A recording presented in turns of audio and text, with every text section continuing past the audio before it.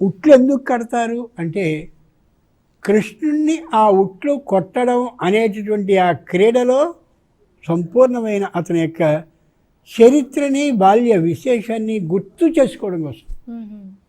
ఏం చేసేవాడు, ఓ పిల్లవాడిని ఇలా ఒంగోబెట్టి వీళ్ళందరూ నిద్రపోతున్నటువంటి సందర్భంలో తాను మెల్లగా ఎక్కి ఉట్టింకా పైనుంది అంటే సరిపోలేదనిపిస్తే ఇంకొకరిని ఒంగున్న వాడి మీద మళ్ళీ ఒంగోబెట్టి ఆ పైకెక్కి ఆ పైన ఉండేటటువంటి ఉట్టిని అలా ఒకసారి కొట్టేవాడు. అది తీయబోతుంటే చిన్నవాడు కాబట్టి పడిపోయేది, పగిలిపోయేది. ఇంకా ఇంకో సందర్భంలో అందరూ అలా నేల మీద పడుకుని ఉంటే దూరంగా నిలబడి ఒక రాతిని, ప్రత్యేకమైనటువంటి పద్ధతి క్రీడా వస్తూ ఉంటుంది, దాంతో ఒకటి దాంట్లోంచి పాలో పెరుగో ఇంకోటో పడుతుంటే అలా తాను తాగి వీళ్ళందరికీ పంపిస్తుండేవాడు.